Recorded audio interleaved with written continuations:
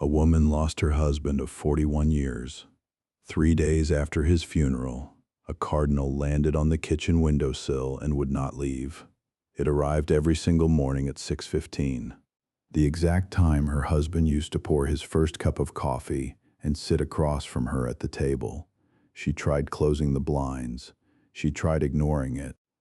But every morning, without fail, that red bird was there, tapping the glass, watching her through the window. Her daughter told her it was just a coincidence, a bird being a bird, nothing more than nature doing what nature does. But the woman knew something felt different.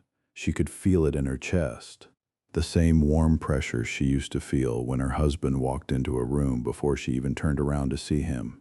That cardinal visited her window for 312 consecutive mornings. It stopped on the 1-year anniversary of his death. Then it never came back. She told her pastor about it. He smiled and said maybe her husband had finally made sure she was going to be okay. Maybe the bird was his way of checking. This is not an unusual story. Millions of people across the world have reported the exact same experience. A bird that arrives after someone they love has died. Not a random bird flying past the yard. A specific bird, arriving at a specific time, behaving in a specific way, returning again and again as if it has a purpose. And if you have ever lost someone close to you and then noticed a bird that seemed to appear out of nowhere and refused to leave, this message is for you. Because what you experienced was not your imagination.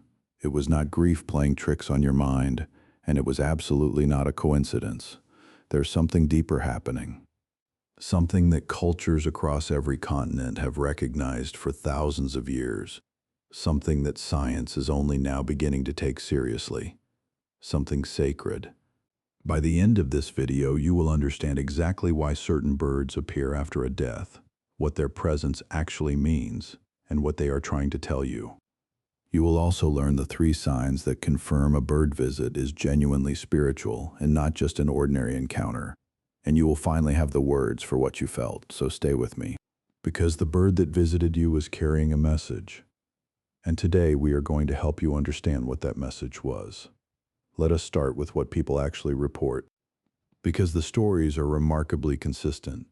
They come from different countries, different religions, different walks of life, and they all describe the same thing. A loved one passes away. Days, sometimes hours later, a bird appears. Not deep in the forest, not across the sky, right there. Close, unusually close, almost deliberately close. It sits on a porch railing. It lands on a car mirror. It perches on a fence directly outside a bedroom window. And it stays far longer than any wild bird normally would. People describe feeling watched, not in a threatening way, in a knowing way, as if the bird recognizes them, as if it came specifically to find them. The most commonly reported bird in North America is the cardinal, that bright red visitor that shows up uninvited and refuses to be ignored, but it is far from the only one. Robins appear frequently, so do blue jays, hawks, hummingbirds, doves, and even crows. In other parts of the world, people report magpies, kingfishers, sparrows, and owls. The species changes depending on where you live, but the behavior does not. The bird arrives after a loss. It appears consistently, and it acts in ways that feel personal and intentional. One man from Ohio lost his father in December. The following spring, a robin began landing on his truck every single morning. It would sit on the side mirror and tap the glass repeatedly. He moved the truck to a different spot. The robin found it. He parked at his office across town. The robin was there waiting for him when he came outside at lunch. A grandmother in Georgia reported a hummingbird that hovered outside her kitchen window every afternoon at 4. Her late sister used to call her every single day at that exact time. A retired teacher in England described 2 doves that landed on her garden bench the morning after her mother passed. They sat side by side, perfectly still, for over an hour. She said she had never seen doves in her garden before that morning, and she has never seen them in her garden since. They appeared once and then they were gone. These are not isolated incidents.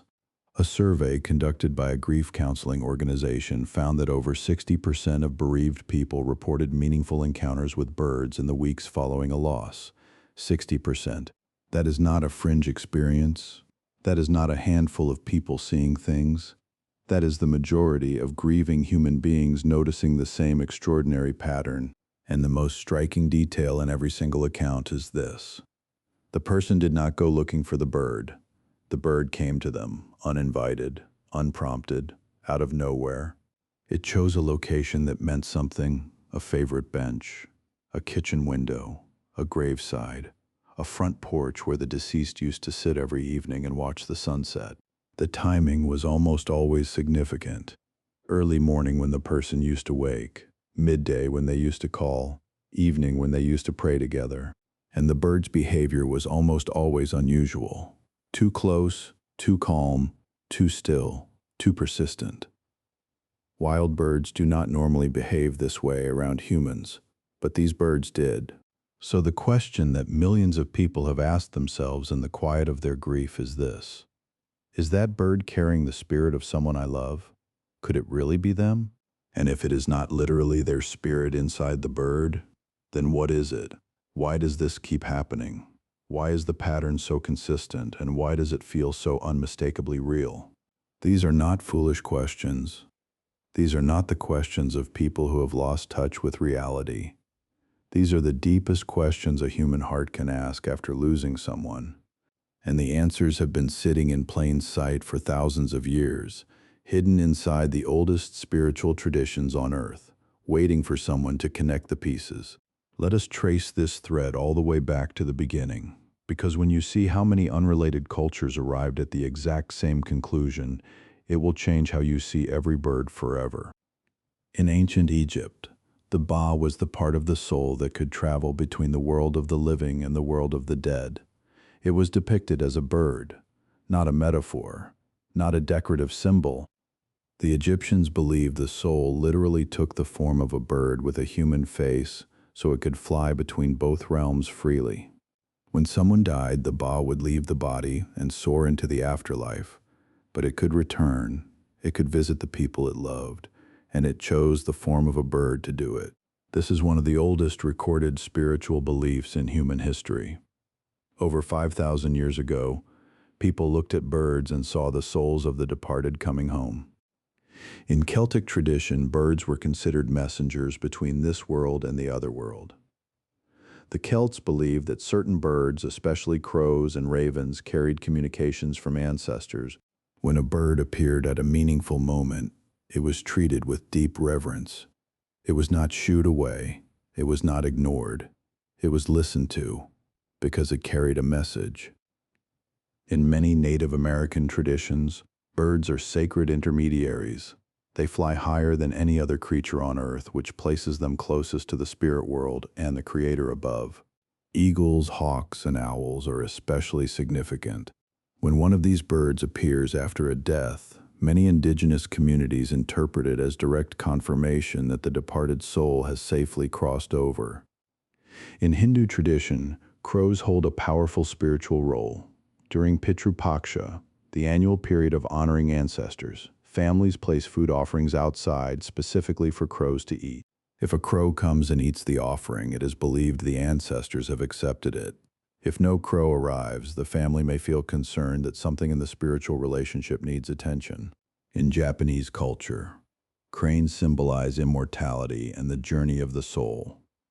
Folding 1,000 paper cranes is a sacred act of devotion connected to healing, hope, and spiritual transition. In Christianity, the dove has represented the Holy Spirit for 2,000 years. When a dove appears after a loss, many believers interpret it as a sign of divine peace and reassurance from heaven. In Islam, birds are regarded as creatures that praise God in ways humans cannot hear. The Quran speaks of birds as beings with their own form of worship and spiritual awareness. In West African spiritual traditions, birds serve as carriers between the physical world and the ancestral realm. A bird that visits your home after a death may be an ancestor announcing their continued presence. In Brazilian and Caribbean traditions rooted in African spirituality, certain birds are associated with specific guardian spirits. Their appearance is read as a direct message from the spiritual world. Look at what is happening here. Egypt, Ireland, North America, India, Japan, West Africa, the Middle East. Cultures that never communicated with each other, saying the same thing. Birds are messengers. Birds carry souls. Birds connect the living and the dead. This is not one culture making something up. This is the entire human species recognizing the same truth independently. And now science is beginning to ask why. Not whether the spiritual interpretation is true, but why human beings across all of history have arrived at this same conclusion over and over again. Researchers in animal behavior have noted that certain bird species do exhibit unusual behavior around death and dying. Crows, for example, hold what scientists have called funeral gatherings around their dead. When a crow dies, other crows will gather around the body. They do not eat. They do not fight. They stand together in silence, sometimes for hours, observing, witnessing, mourning. Magpies have been documented placing grass and twigs over the bodies of dead companions in what researchers describe as rudimentary burial rituals. They return to the site repeatedly afterward. Parrots grieve visibly when a bonded partner dies. They stop eating, they call out repeatedly. Some pluck their own feathers in distress. Their mourning behavior mirrors human grief in ways that are difficult to dismiss. Birds are also extraordinarily sensitive to electromagnetic fields, barometric pressure changes, and infrasound frequencies far below what the human ear can detect. Their perception of the world dwarfs ours. Some researchers have proposed that birds may be sensitive to the energetic shifts that occur around death, that when a body releases its final energy, birds in the surrounding environment may actually detect that change. This does not prove the spiritual interpretation, but it raises a staggering possibility. What if birds genuinely perceive something during and after human death that our own limited senses simply cannot register? What if the reason every culture in history associated birds with the afterlife is not superstition but pattern recognition? Observation accumulated over thousands of years by billions of witnesses? There's one more layer to this that rarely gets discussed, and it might be the most important one. It has to do with how grief itself opens a door inside you. When you're deep in grief, your nervous system shifts. Your ordinary mental filters weaken. The constant noise of daily life falls away, and you begin to notice things you would normally overlook. Psychologists call this post-bereavement perceptual sensitivity. Your brain, overwhelmed by loss, strips away the non-essential and locks onto anything that carries emotional significance. Your awareness sharpens dramatically. This is not a malfunction. This is not your mind breaking. This is your mind opening. Grief cracks you wide open, and in that raw, unguarded state, you see the world differently. And what many spiritual traditions have taught for centuries is that this state of openness, this cracked open heart, is exactly the state in which messages from the other side can finally reach you. You were always surrounded by signs. You were always being visited, but your busy, distracted, defended mind could not receive them. Grief removed the barriers, and the bird got through. That is why the visits begin after a death, not because the soul only starts reaching out then, but because you're finally still enough, broken enough, open enough to notice. The bird was always willing to come, the message was always waiting, but it took the deepest loss of your life to make you quiet enough to receive it, and you did. So what is the bird actually telling you? If these visits are real, if the pattern is genuine, if something sacred is truly happening, then what is the message being delivered? The first and most fundamental message is this: I made it, I'm safe, I arrived where I was going, and I'm at peace. Do not be afraid for me. This is the message that grief desperately needs to hear. Not advice, not theology, not explanations.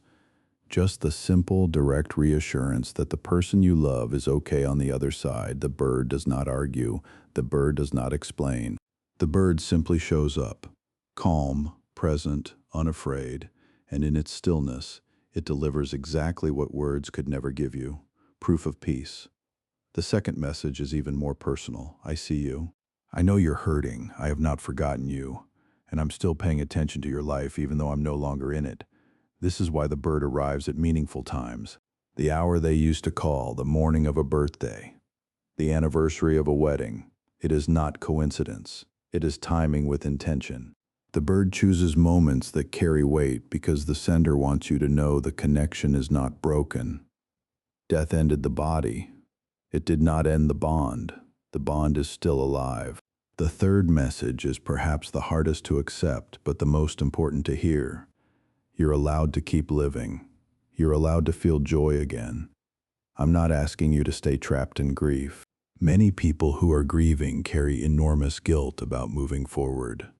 They feel that laughter is a betrayal, that happiness dishonors the memory, that letting go means forgetting. The bird comes to release that guilt. Its presence says you can hold love and joy in the same hand. Missing me and living fully are not opposites. They belong together. Let them coexist. Now, people often ask how to tell the difference between an ordinary bird sighting and a genuinely spiritual visitation. This is an important question, and it deserves a clear answer. The first sign of a true visitation is unusual proximity. The bird comes far closer than it should. It lands within arm's reach. It sits on your car, your chair, your windowsill, your hand. Wild birds maintain distance from humans. It is survival instinct. When a bird abandons that instinct and approaches you as though it knows you, something beyond ordinary behavior is occurring. The second sign is persistence. The bird does not just pass through, it stays, it returns, it shows up at the same place, the same time, over days or weeks or months. One visit could be chance. 2 visits raise a question. 3 or more visits at meaningful times and meaningful locations is a pattern that demands your attention. That is not randomness, that is intention. The third sign is emotional resonance. When the bird appears, you do not just see it, you feel something. A warmth in your chest, a catch in your breath, a sudden knowing that floods your entire body. You might cry, you might smile, you might whisper the name of the person you lost without even deciding to. The emotion that rises in you is involuntary, immediate, and unmistakable. If all 3 signs are present, unusual closeness, repeated visits, and a deep emotional response in your body, then you're not imagining things. You have received a visitation. And here is something that not enough people say. You do not need anyone else to validate it. You do not need a priest to confirm it. You do not need a scientist to approve it. Your own body told you the truth the moment it happened, that catch in your chest, that surge of recognition, that feeling of being found when you thought you had been permanently left behind. Your body knew before your mind did, and your body was right. The bird came for you. It found you on purpose, and the love behind it was real. Some people ask whether they should talk to the bird when it appears, and the answer across nearly every spiritual tradition that honors bird messengers is yes. Absolutely yes. Talk to the bird. You do not need special words. You do not need a ritual. Simply speak from your heart. Say what you never got to say. Say what you have been carrying since they left. Tell them you miss them. Tell them you love them. Tell them about the grandchildren. Tell them the garden is blooming. Tell them whatever your heart needs to release. The bird may not understand your words, but the energy behind your words will travel exactly where it needs to go. Intention does not require language. Love does not need grammar. Just speak. Others ask whether the visits will stop eventually. And yes, in most cases they do. The bird visits become less frequent over time. Sometimes they stop entirely after weeks or months. This does not mean the connection has ended. It means the most urgent phase of the message has been delivered. The soul has confirmed it is safe. You have confirmed you received the message. Think of it like this. When someone you love arrives safely after a long journey, they call you immediately to say, "I made it."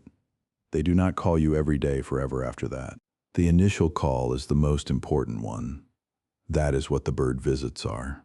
The arrival call, the confirmation that the journey is complete, and the traveler is home and at peace. But even after the visit, slow down, pay attention, because on the days that matter most, on birthdays and anniversaries and the hardest mornings, do not be surprised if a bird appears once more. There is a beautiful African proverb that says the dead are not gone. They are in the rustling of the trees. They are in the singing of the birds. They are everywhere. That proverb was not written by grief counselors. It was not written by self-help authors. It was passed down by elders who paid attention to the natural world for centuries and trusted what they witnessed. They saw what you saw. A bird that arrived at the perfect moment. A presence that felt unmistakable. A connection that death could not sever, no matter how final it appeared. And they did what you should do. They honored it. They received it. They let it comfort them. And then they carried that comfort forward into the rest of their living days. If you're watching this video because you lost someone and a bird came to you afterward, I want you to hear this clearly. You're not crazy, you're not desperate, you're not making it up. You experienced one of the oldest and most widely recognized spiritual phenomena in human history. And you experienced it because the bond you shared with that person was powerful enough to survive death. That is not a small thing. That is extraordinary. Out of all the ways a departed soul could try to reach the living, they chose a messenger, and that messenger found you. That means the connection was real. It means the love was real. It means the years you shared together mattered. It means that whoever you lost did not leave you completely. They left a bridge, and the bird was walking across it. So the next time a cardinal sits on your fence and refuses to leave, do not close the curtain. Sit down, be still, let yourself feel whatever rises inside you without judgment. The next time a robin lands on your car mirror and stares at you through the glass, do not wave it away. Look back, breathe, and say the name you have been carrying in your chest. The next time a hawk circles above you on the anniversary of a death, do not walk faster. Stop. Look up and know that you are being watched over by someone who still loves you from the other side. The bird is not a coincidence. The bird is not random. The bird is not your imagination. The bird is a letter, and someone who loves you sent it. All you have to do is open it. If this message spoke to you today, I need you to do something. Hit the subscribe button below because this channel exists to help people like you understand the spiritual language of animals. Every week, we explore the hidden messages your pets and the creatures around you are trying to deliver. Messages of love, messages of warning, messages that most people overlook but that you deserve to hear. And if you know someone who lost a loved one and then had a bird appear in their life, send them this video right now. Because they have been waiting for someone to tell them they were not imagining it. Share it with them. Let them know the bird was real. Let them know the message was real. Let them know the love behind it was real. They need to hear that today. Thank you for being here. Thank you for trusting this message. And thank you for paying attention to the birds. Because the birds have always been paying attention to you.